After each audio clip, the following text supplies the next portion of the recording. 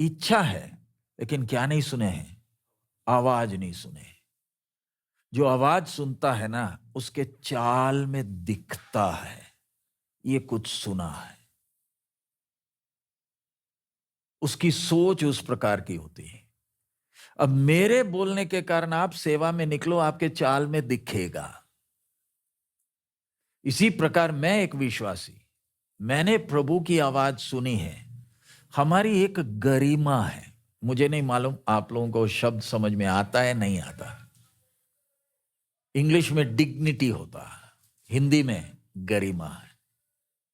गरिमा बोलने वक्त समझाने के लिए आप ये कप हो समझो, ये कप को पकड़ते कैसे उससे दिख जाता है आपका संस्कार क्या है। कुछ समझ में आया मैं जो बोल रहा हूं? आपका संस्कार बोलकर चीज है। संस्कार क्या है? परिवार बच्चों को गणित नहीं सिखाता, विज्ञान नहीं सिखाता, उठना बैठना कैसे, हमारा चाल चलन कैसे। अभी जैसे उदाहरण, कोई बच्चा, आपका बच्चा किसी के घर में गया, उधर बिस्कुट रखा है, उसने जाकर वो बिस्कुट लेकर पॉकेट में डाला। घर वाले तो बोलेंगे अरे खाने दो ना, खाने दो, बेचारे को भूख लगी है, और आपकी चमड़ी उधड़ रही है। बच्चा तो बिस्कुट खा रहा है, लेकिन आपकी क्यों? आपके जाने के बाद घर वाले क्या बोलेंगे? इनको बच्चा पालना नहीं आता, घर में खाना कुछ नहीं है, ये बच्चा उसकी गलती नहीं है, इसको सिखाया नहीं गया। कुछ समझ में आ रहा? समाज में संस्कार है ना। अगर ऐसे है तो मैं जो बड़ी लंबी चौड़ी बातें करता हूं, क्या मैं परमेश्वर का संतान? हां, मैं परमेश्वर का मंदिर। अगला, मैं वारिस। जो बड़ी लंबी चौड़ी बातें करते हैं, तेरा उठना बैठना कैसे, तेरा सोच कैसे? कुछ समझ में आ रहा? परमेश्वर की आवाज जो सुनता है ना, जो परमेश्वर के साथ के संबंध में चलता है ना, उसके उठने बैठने में दिखता है। लोग देखकर बोलते ये हम में से एक नहीं। इसको देखो ना कैसा है। इधर अब्राहम को देखा ना, परमेश्वर उसे क्या कर रहा? बात करता है, और कैसे एक एक बात उससे कर रहा। अब 9 में आ जाए, इसमें बहुत है, आप अकेले बैठकर उसको मनन करेंगे, प्रभु आपको और समझने में मदद करेगा। 9, फिर परमेश्वर ने अब्राहम से कहा, तू भी मेरे साथ बांधी हुई वाचा का पालन करना। तू और तेरे पश्चात तेरा वंश भी अपनी अपनी पीढ़ी में उसका पालन करेगा। मेरे साथ बांधी हुई वाचा जिसका पालन तुझे और तेरे पश्चात तेरे वंश को करना पड़ेगा, वो ये है, तुम में से एक एक पुरुष का खतना हो। तुम अपनी अपनी खलड़ी का खतना करा लेना। जो वाचा मेरे और तुम्हारे बीच में है, उसका यही चिन्ह होगा। पीढ़ी से पीढ़ी में केवल तेरे वंश ही के लोग नहीं, पर जो तेरे घर में उत्पन्न हुए हो अथवा परदेशियों से रूपा देकर मोल लिए जाए, ऐसे सब पुरुष भी जब 8 दिन के हो जाएं, तब उनका खतना किया जाए। जो तेरे घर में उत्पन्न हो अथवा तेरे रूपे से मोल लिए जाए, उसका खतना अवश्य ही किया जाए। इस प्रकार तेरी वाचा, इस प्रकार मेरी वाचा जिसका चिन्ह तुम्हारे देह में होगा, वह युग युग रहेगी। जो पुरुष खतना रहित रहे, अर्थात जिसकी खलड़ी का खतना ना हो, वह प्राणी अपने लोगों में से नष्ट किया जाए, क्योंकि उसने मेरे साथ बांधी हुई वाचा को तोड़ दिया। अब इधर 9 से हम जब पढ़ रहे हैं, परमेश्वर अब इस वाचा जो परमेश्वर बांध रहा, ध्यान से आप लोग समझना, फिर मैं लिखने के लिए समय दूंगा। पहल हमेशा कौन करता है? परमेश्वर। अब जब पहल किया अब्राहम के साथ, देखे ना, ऊर से एक को बुलाकर लाया, ऊर से इधर लाया, वायदे दिए, उसके बाद अब उसके साथ वाचा, जमीन का हमने कल पढ़ा ना, इस्राएल वो जो कनान के देश के विषय में परमेश्वर ने क्या किया, वो जानवर काटे, उसके बीच में से अंगीठी गया, यानी वाचा को परमेश्वर ने स्थापित किया। तू अब जमीन के विषय में क्या ना कर, चिंता ना कर, ये तेरा, ये तेरे लिए दिया, तू इसके बारे में क्या ना कर, चिंता ना कर। और फिर उसके बाद अब 99 वर्ष का हो गया, परमेश्वर बोलता है अब तूने भी करना है कुछ। क्या? जो भी पुरुष है तेरे घर में, जो भी जन्म लेगा, कौन से दिन? 8वें दिन। 8वां दिन का खूबी क्या है? एक नई शुरुआत है। प्रभु यीशु भी कौन से दिन जी उठा? सप्ताह का पहला दिन है ना, वो उनके हिसाब से 7वां कौन सा है? सबत। रविवार कौन सा है? गिनती करेंगे तो 8वां ना। एक नई शुरुआत है। सो अब तेरे साथ का मेरा जो वाचा, वो सिर्फ तेरे साथ नहीं है। किसके साथ? इधर आगे भी पढ़ा ना, तेरे पश्चात पीढ़ी पीढ़ी तक, उसके साथ में लिखा तेरे वंश के साथ भी इस आशय की युग युग की वाचा बांधता हूं। सो वाचा सिर्फ तेरे साथ अकेला नहीं, ये वाचा किसके साथ है? तेरे साथ के पीढ़ी पीढ़ी तक। इसलिए अभी तक का चिन्ह, आदम को सिर्फ चमड़े का खलड़ी पर वो पहनाया, अंगरखा है ना। नूह के समय क्या है? मेघ धनुष है। लेकिन अब अब्राहम के समय का जो वाचा है, अब एक एक, अगर किसी ने अगर खतना नहीं किया, आज्ञा क्या है? उसको क्या कर देना? जान से मार देना। उसका एक उदाहरण है ना, मूसा, उसने अपने बच्चों का क्या नहीं किया था? खतना नहीं किया। सराय में परमेश्वर ने उसको क्या कर देना था? जान से मार देना। ये मेरी वाचा का चिन्ह है, और उस अंग में है जिससे अगला पीढ़ी आना है। कुछ समझ में आ रहा है? पीढ़ी दर पीढ़ी, पीढ़ी दर पीढ़ी, हर एक के शरीर में यह चिन्ह होना, इसलिए उस अंग में है। क्यों? हर पीढ़ी, अगला पीढ़ी आएगा ना, अगली बात दर्द का अनुभव है। तेरे को दर्द होना है थोड़ा, तेरे को देखने वक्त लोगों ने बोलना है कि ये हमारी तरह नहीं, ये हमसे अलग है, इनके शरीर में उसका चिन्ह है। ऐसा क्यों? तुझे मैं ऊर से इधर इसलिए लाया नहीं कि तू दूसरों में घुल मिल जाए, तुझे सबसे अलग होकर रहने के लिए मैंने चुना है। इसलिए तेरे को किधर लाया हूं? कनान में। तेरा घर ऊर में, मैं तुझे उधर आशीष दे सकता था। तू हारान में आ गया, मैं तुझे हारान में आशीष दे सकता था। नहीं, तेरे को उधर से सब लोगों से अलग कर कर इस कनान के इस इलाका में लाया, क्योंकि अब तेरे से मैं एक जाति खड़ा करूंगा। क्यों? उस जाति के द्वारा मैं अपनी वाचा को पूरा करूंगा। कौन सा वाला वाचा? जो आदम के साथ बांधा है।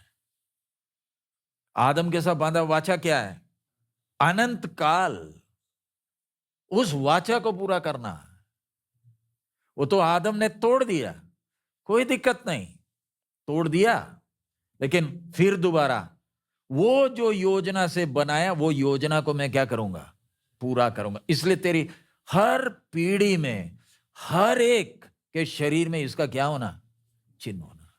तो ऐसे है तो आप और मैं, हम नए नियम के विश्वासी, मैं करता क्या हूं? क्या मैं उस नए नियम के वाचा का भागी हूं? अगर भागी होना है तो मेरा सोच किस प्रकार का होना? बपतिस्मा लेने से काफी नहीं है, प्रभु भोज भाग लेने से काफी नहीं है। वो तो सिर्फ चिन्ह है, वो तो सिर्फ चिन्ह है। अभी उदाहरण, अभी संसार के लोग जब शादी करते हैं ना, उनकी अंगूठी होती है, या तो क्या होता है वो क्या बोलते हैं, मंगलसूत्र होता है। मेरे हाथ में अंगूठी तो है, लेकिन मेरी एक रखेल है। सोच कर देखो, मेरे हाथ में क्या है, ये अंगूठी क्या बता रहा है, मैं शादीशुदा हूं, लेकिन वो औरत कौन? तो ये पहनकर उधर गया। यानी मैंने बपतिस्मा लेकर प्रभु यीशु को अपना उद्धारकर्ता माना, बपतिस्मा लिया, और उसके बाद भी चलता कैसे? तो मैं उस वाचा का भागी कैसे? मैं वो प्रभु भोज का कटोरा पीऊं कैसे? कुछ समझ में आ रहा? समझाने के लिए आगे आ रहा है, लेकिन फिर भी एक बात, जब मूसा या इस्राएल के साथ वाचा बांधा था, तब मूसा ने खून छिड़का था, पिलाया नहीं था। हम जो हमारे साथ जो वाचा बांधा है, वो दाखरस को हमें क्या करना है? पीना है। फर्क समझ में आया? उसका गंभीरता समझ में आ रहा? पीना है। कटोरा आपके हाथ में देंगे। इसलिए मैं पिछले दिन बोला ना कि पास्टर थोड़ी पी रहा है और आप देख रहे हो, ये आपको भी, ये आपके सामने आएगा। पकड़िए, पिए, पीजिए। रोटी आपके हाथ में दिए, तोड़कर खाइए ना, तोड़कर खाइए। अगर जीवन ठीक नहीं है, जीवन ठीक नहीं है, तो बीमार या तो मौत। इतना गंभीर है प्रभु भोज की सेवकाई। सो इधर जब मैं उसमें नहीं जा रहा, लेकिन इधर विषय हर एक ने क्या करना है? खतना करना। ये वाचा का चिन्ह क्यों? उसका गंभीरता। अब्राहम की उम्र कितनी? 99। उस जमाने में आज की तरह का डॉक्टर के पास जो जो औजार होते हैं, उस समय नहीं है। उम्र कितनी? 99। उस समय में अगर ऐसे परमेश्वर बोल रहा है कि तूने ये करना, एक साधारण बात नहीं है। माने तो माने कैसे? अपने शरीर से क्या निकालना है? चमड़ा निकालना, काट कर निकालना, खून बहेगा। ये बात क्या बताती है? तू करने को तैयार है? तेरे को दर्द होगा तो भी क्या तू मेरी बात मानने को तैयार है? वाचा मैं हमेशा के लिए बांध रहा हूं, लेकिन इसमें तेरे को, इसमें भाग है। क्या? क्या तू मेरी बात को मानने को तैयार है? बात मानना है तो क्या बहेगा? खून बहेगा, कीमत देना पड़ेगा। हम क्या चाहते हैं? प्रभु हम बात तो मानेंगे, लेकिन क्या ना दे? कीमत ना दे। दूसरी बात, ये जो चमड़ा हमारे शरीर में कहीं से भी चमड़ा निकल जाता है ना, वापस आ जाता है ना, ये जो तू चमड़ा निकालेगा, ये वापस नहीं आएगा। उसका मतलब ये जो वाचा है, ये कुछ दिन का नहीं है, ये हमेशा का वाचा है। दूसरी बात समझ में आया? पहली बात क्या है? मेरी बात को मानने के लिए तुझे क्या करना पड़ेगा? जब मूसा की पत्नी ने बच्चों का खलड़ी निकाला, गाली देकर वापस चली गई। मूसा को गाली बककर वो चले गई, तू खूनी पति है बोलकर, क्योंकि दर्द होता, खून बहता, शरीर का नाजुक अंग है। तुझे क्या करना पड़ेगा? कीमत देना पड़ेगा। अगला क्या है? ये जो वाचा है, उसका चिन्ह तू जो अपने शरीर में लेकर चल रहा है, ये वाचा कितनी देर का है? ये हमेशा का है। अगला, ये तेरी पहचान। अभी कनान में अशेरा और बाल, इन लोग का आराधना होता। इन लोग का आराधना पूरा अश्लील है, वेश्याएं हैं। अगर अगर अब्राहम का कोई संतान इधर कहीं चला गया, वो तो फंस जाएगा, क्यों वेश्या उसे पकड़ लेगी। तू इधर कैसे, ये चिन्ह तुझे पकड़वाएगी। लोगों के बीच में सबको क्या मालूम है कि ये हमारी तरह नहीं। इसी तरह हम विश्वासी, हम भी जब दुनिया के बीच में जाते हैं, हम भी उधर जाकर क्या हो जाते हैं, घुल मिल जाते हैं। इसलिए आज बहुत सारे अपने जेवर के विषय में बोलते नहीं, जेवर पहनना चाहिए, क्योंकि उनके बीच में हम उनकी तरह लगे। परमेश्वर ने वाचा बांधा है तो दुनिया को मालूम चलना है कि ये लोग अलग हैं, ये दूसरों की तरह नहीं। तभी इस वाचा में आपको क्या है, भागीदारी है।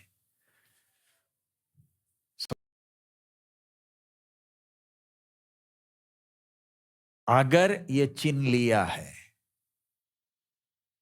तो उसका मतलब मैंने अपने इस अलगदाई को क्या करके रखना है, बनाए रखना है। लिख लीजिए 17वां अध्याय का 15 से मैं पढ़ रहा हूं।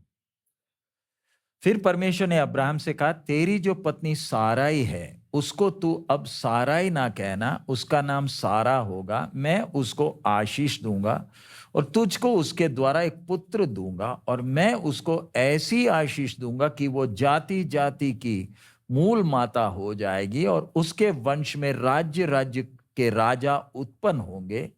तब अब्राहम मुंह के बल गिर पड़ा और हंसा, और मन ही मन कहने लगा, क्या 100 वर्ष के पुरुष के भी संतान होगी, और क्या सारा जो 90 वर्ष की है पुत्र जनेगी। और अब्राहम ने परमेश्वर से कहा, इश्माएल तेरी दृष्टि में बना रहे, यही बहुत है। तब परमेश्वर ने कहा, निश्चय तेरी पत्नी सारा के तुझ से एक पुत्र उत्पन्न होगा, और तू उसका नाम इसहाक रखना, और मैं उसके साथ ऐसी वाचा बांधूंगा जो उसके पश्चात उसके वंश के लिए युग युग की वाचा होगी। इश्माएल के विषय में भी मैंने तेरी सुनी है, मैं उसको भी आशीष दूंगा और उसे फलवंत करूंगा और अत्यंत ही बढ़ा दूंगा। उससे 12 प्रधान उत्पन्न होंगे, और मैं उससे एक बड़ी जाति बनाऊंगा। परंतु मैं अपनी वाचा इसहाक ही के साथ बांधूंगा, जो सारा से अगले वर्ष के इसी नियुक्त समय में उत्पन्न होगा। इसके बाद ये तो हमने पढ़ लिया, आपको समझ में आ गया होगा, मैं विश्वास करता हूं, क्योंकि समय कम है, मैं उस सब बातों में नहीं जा रहा। अब 18वां अध्याय में हम देखते हैं ना, परमेश्वर कैसे 2 दूतों के साथ अब्राहम के तंबू के बाहर बैठा है। और 16 से मैं आगे पढ़ रहा हूं, उत्पत्ति 18 का 16 से। फिर वे पुरुष वहां से चले और सदोम की ओर दृष्टि की, और अब्राहम उन्हें विदा करने के लिए उनके संग संग चला। तब यहोवा ने कहा, ये जो मैं करता हूं उसे क्या अब्राहम से छिपा रखूं? अब्राहम से तो निश्चय एक बड़ी और सामर्थी जाति उपजेगी, और पृथ्वी की सारी जातियां उसके द्वारा आशीष पाएंगी, क्योंकि मैं जानता हूं कि वह अपने पुत्रों और परिवार को जो उसके पीछे रह जाएंगे आज्ञा देगा कि वे यहोवा के मार्ग में अटल बने रहें और धर्म और न्याय करते रहें, ताकि जो कुछ यहोवा ने अब्राहम के विषय में कहा है उसे पूरा करें। इधर ये जो आयत हमने पढ़ा 18 और 19, परमेश्वर खुद अब्राहम के बारे में कह क्या रहा है, मुझे मालूम है कि वह अपने पुत्रों और परिवार को जो उसके पीछे रह जाएंगे आज्ञा देगा कि वह यहोवा के मार्ग में अटल बने रहें और धर्म और न्याय करते रहें, ताकि जो कुछ यहोवा ने अब्राहम के विषय में कहा है उसे पूरा करे। यह आयत को जब पढ़ते तो उससे समझ के आता, अब्राहम ये व्यक्तित्व है कैसा। अपने बच्चों को खुली छूट नहीं है, नहीं है। बच्चों को क्या देगा? आज्ञा देगा। हम अपनी अगली पीढ़ी को क्या देते हैं? बोलिए ना, क्या देते हैं? तो फिर ये वाचा का हिस्सा आप कैसे? आपको तो ये वाचा का गंभीरता मालूम ही नहीं है, तभी ना पीढ़ी को क्या दिया? छूट दिया। क्या आप अपने बच्चों को शिक्षा देते हो कि हम बाकियों की तरह नहीं है? और हम लेकिन करते क्या है?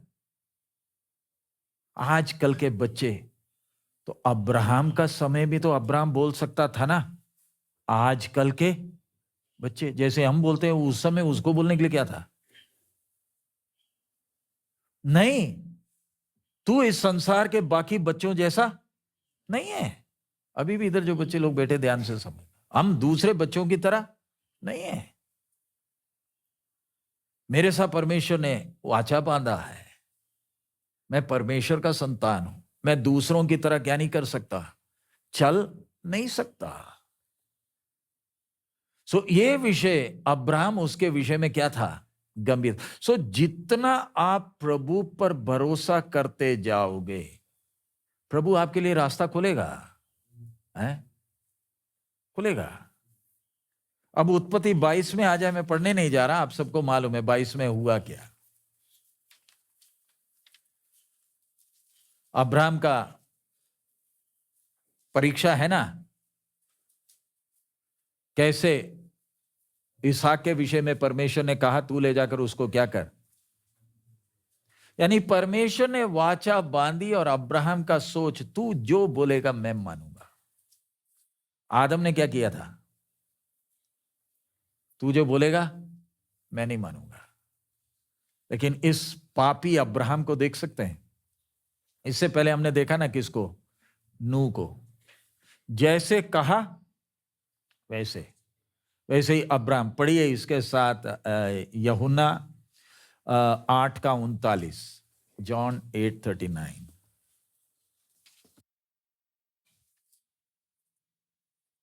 उन्होंने उसको उत्तर दिया, हमारा पिता तो अब्राहम है।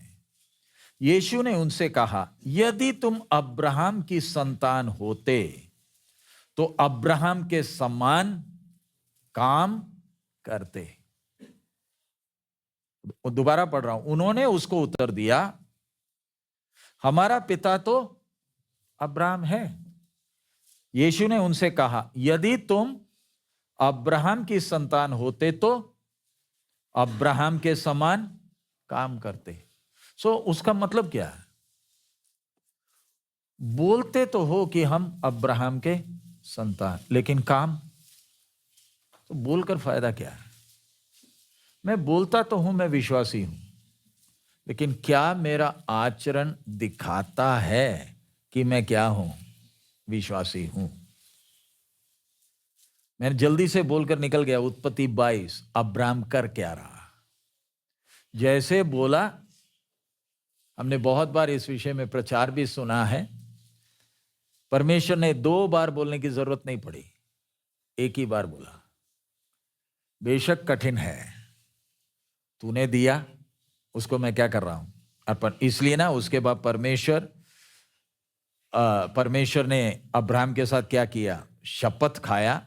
उसका 16 में, यहोवा की ये वाणी है कि मैं अपनी ही ये शपथ खाता हूं कि तूने जो ये काम किया है कि अपने पुत्र वरन अपने इकलौते पुत्र को भी नहीं रख छोड़ा, इस कारण मैं निश्चय तुझे आशीष दूंगा और निश्चय तेरे वंश को आकाश के तारागण और समुद्र के तीर की बालू के किनकों के समान अनगिनत करूंगा और तेरा वंश तेरे शत्रुओं के नगरों का अधिकारी होगा और पृथ्वी की सारी जातियां अपने को तेरे वंश के कारण धन्य मानेगी क्योंकि तूने मेरी बात मानी है। सो इधर हम अब्राहम के जीवन को जब हम देखते हैं ना, हर कदम में बार बार परमेश्वर बोलता जा रहा है ना, आशीष दूंगा, आशीष दूंगा, आशीष दूंगा। वो क्यों? क्योंकि हर कदम में अब्राहम क्या कर रहा है? जैसे बोला गया है, बिना शर्त के आज्ञा मानते जा रहा। सो मैं अगर परमेश्वर की आज्ञा जैसे प्रभु बोलता है मानते जाऊंगा तो बाकी सारा काम परमेश्वर क्या करते रहेगा, जो करना है समय पर करते रहेगा। सो आशीष के लिए रुकावट शैतान नहीं, कौन है? कौन है? मैं हूं। ये कभी मत सोचना मेरी आशीष को किसने रोका है। शैतान ने रोका। शैतान नहीं रोक सकता, आप रोकते हो। क्यों? जीवन में क्या नहीं है? आज्ञाकारिता नहीं। हम देखते हैं अब्राहम के साथ परमेश्वर ने वाचा बांधा। अब्राहम का समय हो गया। अब उसके बाद 26वें अध्याय में हम आए, उत्पत्ति 26 उसका 1 से। उस देश में अकाल पड़ा। यह उस पहले अकाल से अलग था जो अब्राहम के दिनों में पड़ा था। इसलिए इसहाक गरार को फलिस्तियों के राजा अबीमेलेक के पास गया। वहां यहोवा ने उसको दर्शन देकर कहा, मिस्र में मत जा, जो देश मैं तुझे बताऊं उसी में रहे। तू इसी देश में रह और मैं तेरे संग रहूंगा और तुझे आशीष दूंगा और ये सब देश मैं तुझको और तेरे वंश को दूंगा और जो शपथ मैंने तेरे पिता अब्राहम से खाई है उसी से पूरी करूंगा। सो अब अब्राहम का समय हो गया। अब उसका बेटा इसहाक के साथ परमेश्वर वही वाचा, कोई नया वाचा नहीं है, वही वाचा किसके साथ? इसहाक के साथ परमेश्वर दोबारा दोहरा रहा। उसके बाद इसहाक के बाद आप 28वें अध्याय में आ जाएं, उत्पत्ति 28 और उसका 10 में याकूब बेरशेबा से निकलकर हारान की ओर चला और उसने किसी स्थान में पहुंचकर रात वहीं बिताने का विचार किया, क्योंकि सूर्य अस्त हो गया था। इसलिए उसने उस स्थान के पत्थरों में से एक पत्थर ले अपना तकिया बनाकर रखा और उसी स्थान में सो गया। तब उसने स्वप्न में क्या देखा कि एक सीढ़ी पृथ्वी पर खड़ी है और उसका सिरा स्वर्ग तक पहुंचा है और परमेश्वर के दूत उस पर से चढ़ते उतरते हैं और यहोवा उसके ऊपर खड़ा होकर कहता है, मैं यहोवा तेरा दादा अब्राहम का परमेश्वर और इसहाक का भी परमेश्वर हूं। जिस भूमि पर तू लेटा है उसे मैं तुझको और तेरे वंश को दूंगा और तेरा वंश भूमि के धूल के किनकों के समान बहुत होगा और पश्चिम पूर्व उत्तर दक्षिण चारों ओर फैलता जाएगा और तेरे वंश के द्वारा पृथ्वी के सारे कुल आशीष पाएंगे। और सुन, मैं तेरे संग रहूंगा और जहां कहीं तू जाए वहां तेरी रक्षा करूंगा और तुझे इस देश में लौटा ले आऊंगा। मैं अपने कहे हुओं को जब तक पूरा ना कर लूं तब तक तुझको ना छोड़ूंगा। तब याकूब जाग उठा और कहने लगा, निश्चय इस स्थान में यहोवा है और मैं इस बात को ना जानता था। सो इधर मैं उस सब बातों में जाना नहीं चाहता। अब ये बात जो हमने पढ़ा किसके विषय में है? याकूब। रुक जाए। दादा से जो कही थी वही बात परमेश्वर किससे दोहरा रहा है? ऐसे कैसे? क्योंकि दादा बाकी दादाओं की तरह नहीं है। ये दादा की एक खूबी थी, जो भी बात सुना है ना मानता था और अपने घर को भी आज्ञा देता था। ऐसा अब्राहम होने के कारण, उसको वो वाचा का गंभीरता एहसास होने के कारण अब्राहम तो मर गया, इसहाक भी मर गया। याकूब, अब्राहम परमेश्वर का कौन था? दोस्त था। तो आप और मैं, हम जब ये वचन सीख रहे हैं, आप में से बहुत लोग पहली बार विश्वास में आए, अगर मैं परमेश्वर के साथ विश्वास योग्य रहूं, परमेश्वर के आमद में देरी हो तो मेरे जाने के बाद मेरी पीढ़ी के साथ वो क्या है? विश्वास योग्य है। लेकिन बात किधर है? मैं परमेश्वर के साथ के इस संबंध को कितना महत्व देता हूं, मेरा चाल कैसा। अब याकूब के साथ क्या बांधा? क्या वही सीढ़ी देखा ना, उसके ऊपर कौन? परमेश्वर।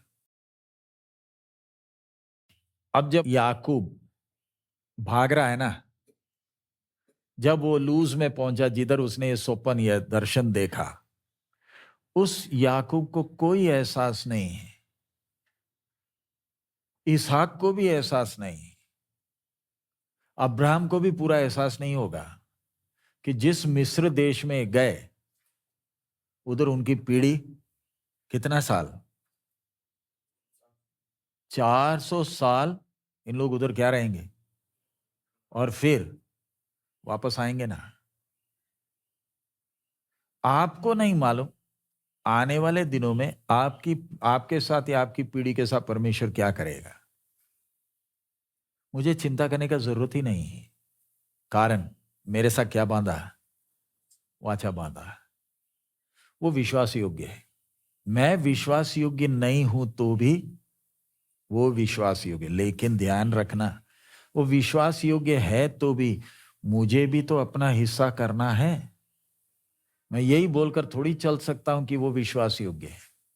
जैसे मैंने चलना, क्या मैं चल रहा हूं? एसाव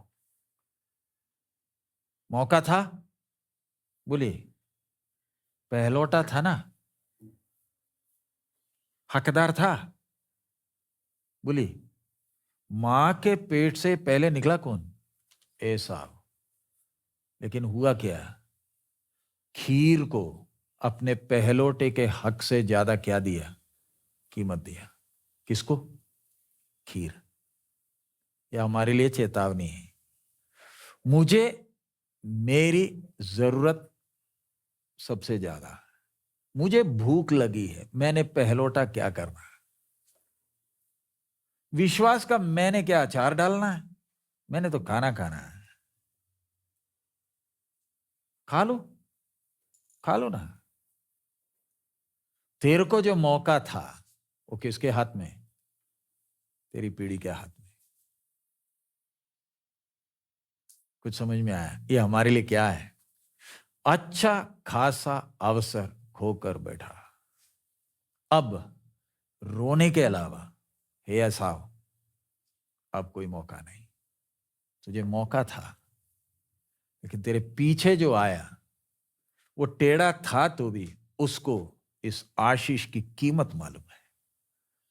इसलिए परमेश्वर याकूब को साथ वाचा दोहरा रहा, क्योंकि याकूब, उसको क्या मालूम है? ये वाचा का कीमत याकूब को मालूम है। एसाव ने उसको क्या नहीं दिया? कीमत नहीं दिया। क्लियर हो गया? अब अब्राहम का वाचा में कोई सवाल? वाचा का चिन्ह क्या है? खतना। मैं उसके आत्मिक अर्थ में नहीं जा रहा क्योंकि बहुत बार ले चुके हैं। अब अगला वाचा। अब याकूब के साथ परमेश्वर ने वो सीढ़ी, उसके बाद कुश्ती भी किया ना। अब उसके बाद एक लंबा समय है जब परमेश्वर बात नहीं कर रहा। एक लंबा समय याकूब के साथ परमेश्वर जब बात किया आखिरी बार, किधर है? जब वो किधर जा रहा? मिस्र में। उसने सुना कि यूसुफ जिंदा है। इतने सालों क्या सोचकर बैठा था? यूसुफ मर गया। दुखी भी था, रोया भी था। उसके सामने ना यूसुफ का अंग रखा उधर पड़ा हुआ था, खून में लथपथ। याकूब सोचा क्या? लेकिन एक दिन उसके कान में खबर आई, क्या?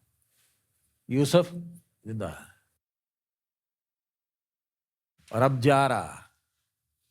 जब गए कितने लोग थे याकूब के साथ? कुल 70। एक लंबा समय परमेश्वर क्या नहीं कर रहा? बात नहीं कर रहा। अब जब अगला बात कब कर रहा? आप बताइए। आप लोग संडे स्कूल भी पढ़ते हैं। अगला बात कब कर रहा? इसके बीच में एक अंधकार का समय है, बात नहीं हो रही। अगला बात कब? जलती हुई झाड़ी में मूसा से परमेश्वर बात कर रहा। अब इतने समय में क्या क्या नहीं हुआ। याकूब और उसके घराने का सारा बात, यूसुफ मिस्र में गया, उधर सब लोग आ गए, वो सारा यूसुफ का सारा कहानी।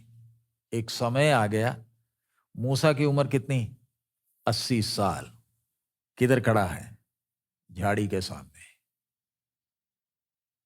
ये इतना समय में आप बस देखिए ना परमेश्वर काम कैसे कर रहा है। मैंने पहले दिन ही आपको बताया, परमेश्वर के सारे काम वाचा के आधार पर है।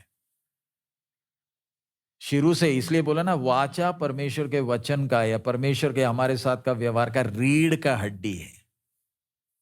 मेरे साथ का व्यवहार का आधार क्या है? वाचा है। मेरा विश्वास नहीं, मैं विश्वास करूं या ना करूं, मेरे साथ का परमेश्वर का व्यवहार किसके आधार पर है? वाचा के आधार पर है। हां, अगर मैं विश्वास करूं तो मैं परमेश्वर की योजना का भागी बन सकता हूं, लेकिन मैं नहीं हूं परमेश्वर का योजना। ध्यान से समझना, मैं नहीं हूं परमेश्वर का। भी जैसे समझाने के लिए, हम जब पहली बार, अभी भी याद है, दिसंबर 5, 1995, जिधर संतोष जी और बरनबास जी अभी बैठे हैं, हमारी जुग्गी के बाहर बैठे हो आप। जुग्गी का आंगन इधर था। तब हमें थोड़ी मालूम था कि 2026 में फरवरी में इतने लोग इधर। हमें इतना मालूम था प्रभु लाया। और तब मैं सोचता था झुग्गी है, एमी है, लोइस है, तब सैम नहीं था। घास काट कर हमने नीचे डाला था और उसी पर सोते थे। सीताराम दादा ने हमें घास का वो बनाना सिखाया था। और हम सोचते थे सांप अंदर आ जाएगा, तो गड्ढा खोद कर रखा था। यही सोचता था कि सांप एक गड्ढे से ऊपर नहीं आएगा, लेकिन एक दिन सांप ऊपर से नीचे गिरा। तो उस दिन मेरी सोच क्या थी? आज मैं जब इधर बैठा हूं, तब ये थोड़ी सोचा था। इसी प्रकार जब अब्राहम इसहाक के ऊपर छुरी उठा रहा है, उसे थोड़ी मालूम है एक दिन उसका दोस्त गोलगोथा के ऊपर अपने प्रिय पुत्र के ऊपर क्या उठाएगा।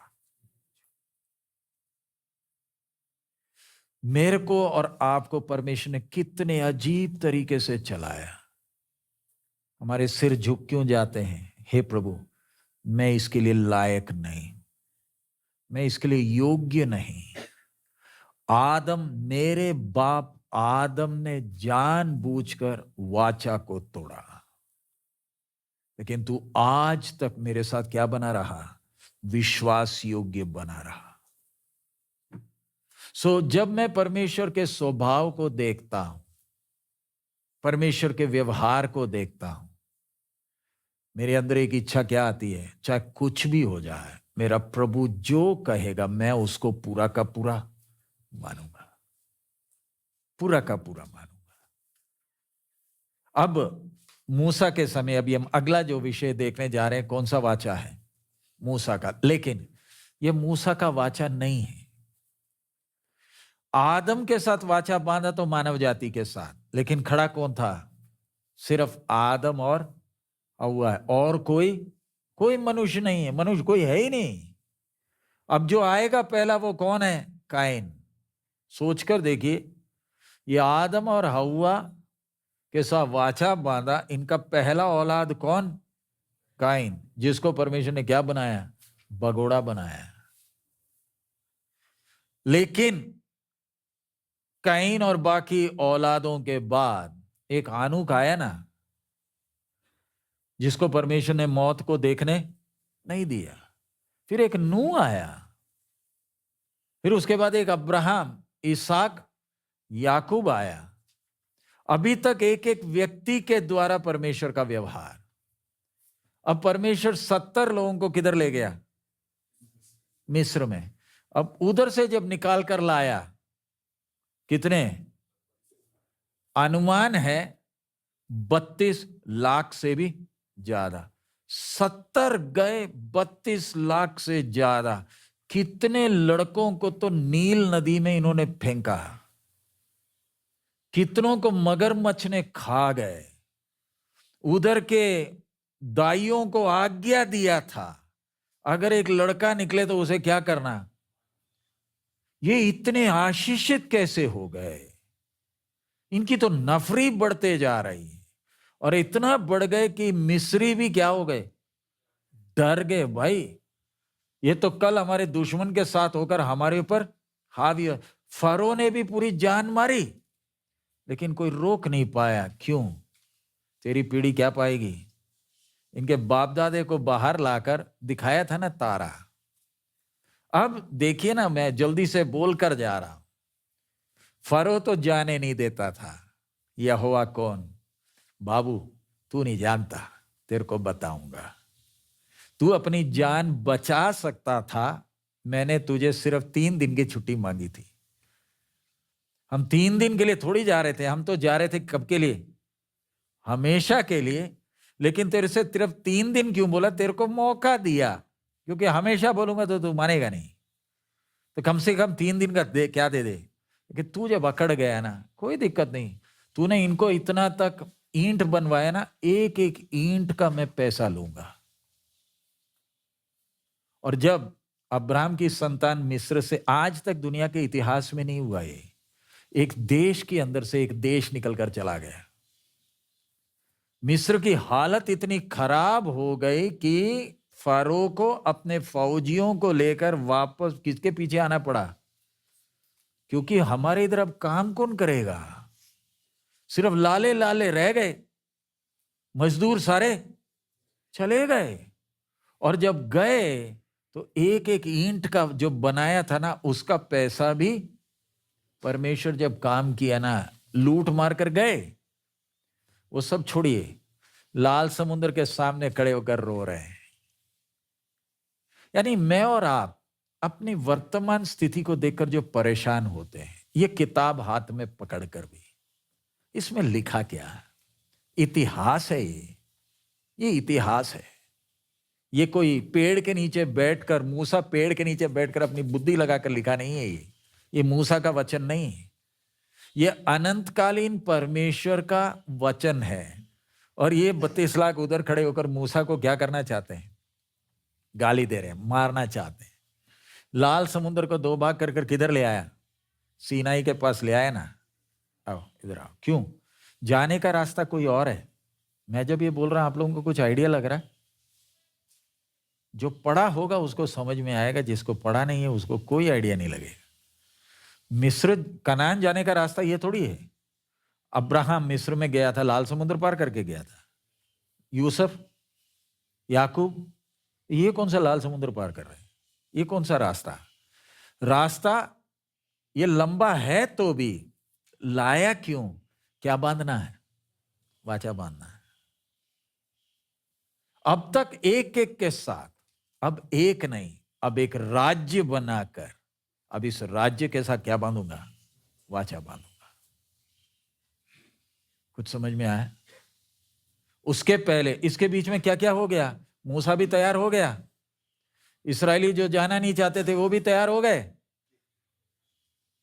और 400 समय में अमोरियों का समय भी पूरा हो गया।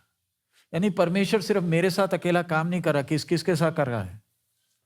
बाकी कईयों के साथ काम कर रहा है, ताकि अपनी योजना को पूरा करे। आपको जो करना है आप चुपचाप वो करिए, इनको जो करना है वो इन्होंने करेगा। मूसा गलती क्या किया? मूसा सोचा मैं नहीं करना। कितना साल के लिए भगाया? 40 साल के लिए। किधर? तू जाकर क्या चला? इसलिए ना सोच कर देखिए, अगर अगला फारो को बकरी चरवाया तो भाई साहब आपके लिए क्या रखा है? सोच लो। एक तो अपने शहर को देखकर बोला ना, मेरा बाबलोन मेरी महिमा के लिए बनाया, चल भाई तू अब 7 साल क्या खाएगा? घास का। तो बहुत देर महल में बैठकर बैटर और जाम और ब्रेड और मक्खन और सारा कुछ खाया ना, अब तू 7 साल क्या खा? हाँ, अचार भी नहीं मिलेगा, पापड़ भी नहीं मिलेगा, बिरयानी भी नहीं मिलेगा। अब तू क्या खा? तू मेरे सामने घमंड करता है। दूसरा बोला मंदिर के बर्तन में मैं दारू पीऊंगा, पिलाऊंगा ना तेरे को पिलाता हूं। एक रात में बाबलोन साम्राज्य क्या हो गया। अभी हम यशायाह का भविष्यवाणी सीख रहे हैं ना। कुसरू राजा जो अन्य जाति है, तू मेरा अभिषिक्त है, तू आ। परमेश्वर जिसको हाथ में लेता है वो सब अभिषिक्त है, चाहे अन्य जाति हो चाहे कोई भी हो। अभिषिक्त का मतलब इसके द्वारा मुझे क्या कराना है। कुसरू आया लोगों को लेकर, किधर वापस किधर जाओ। सो मेरा बोलने का मतलब, अब हम आकर किधर खड़े हैं, सीनाई में खड़े हैं। आग का खंबा इनको लेकर आया, बादल का खंबा इनको लेकर आया। इधर क्यों लाया, इधर तुम मुझे देखोगे। मैं वही हूं जो तुम्हारे दादा के सामने तंबू के बाहर बैठकर क्या किया था। उससे पीछे जाओगे तो तुम्हारे बाप आदम के साथ मैंने क्या बांधा था, वाचा बांधा था। मैं वही हूं जिसने मेघधनुष में क्या रखा। हम जब मेघधनुष को देखते हैं हम बोलते शुक्र है बारिश रुक गया, और जिसने मेघधनुष रखा है वो बोलता है शुक्र है मेघधनुष है इसलिए तुम बच गए। दोनों एक ही चीज को दो तरीके से देख रहे हैं। हम बोलते हैं हम बच गए, और जिसने रखा है वो क्या बोलता, अगर मेघधनुष ना होता तुम तो गए थे। अगर नूह के समय के लोगों को मैंने बख्शा नहीं तो तुम्हें क्यों बख्शूंगा। मेरे सिर्फ इस मेघधनुष के कारण तुम आज जीवित हो, नहीं तो मैं और आपने आज सूरज का रोशनी देखना नहीं था। उस मेघधनुष के कारण है, यानी वो वाचा के कारण है। इतना क्लियर हो गया। प्रार्थना करें। हालेलुया। एक ब्रेक लेंगे, ब्रेक के बाद फिर। हालेलुया। स्तुति हो प्रभु। हमारे अनुग्रहकारी पिता, हम आपका धन्यवाद देते हैं। जैसे जैसे हम वचन सीखते जा रहे हैं, बाप कितना गहरा है प्रभु। एक एक जो भी वचन सीख रहा है प्रभु, विनती करते हैं अकेले बैठकर तेरे वचन और तेरे योजनाओं को समझने के लिए तू हमें सहायता कर, ताकि हम विश्वास में बलवंत हो सकें। हमारा जीवन आपके नाम के महिमा का कारण यीशु मसीह के नाम से मांगते हैं, आमीन।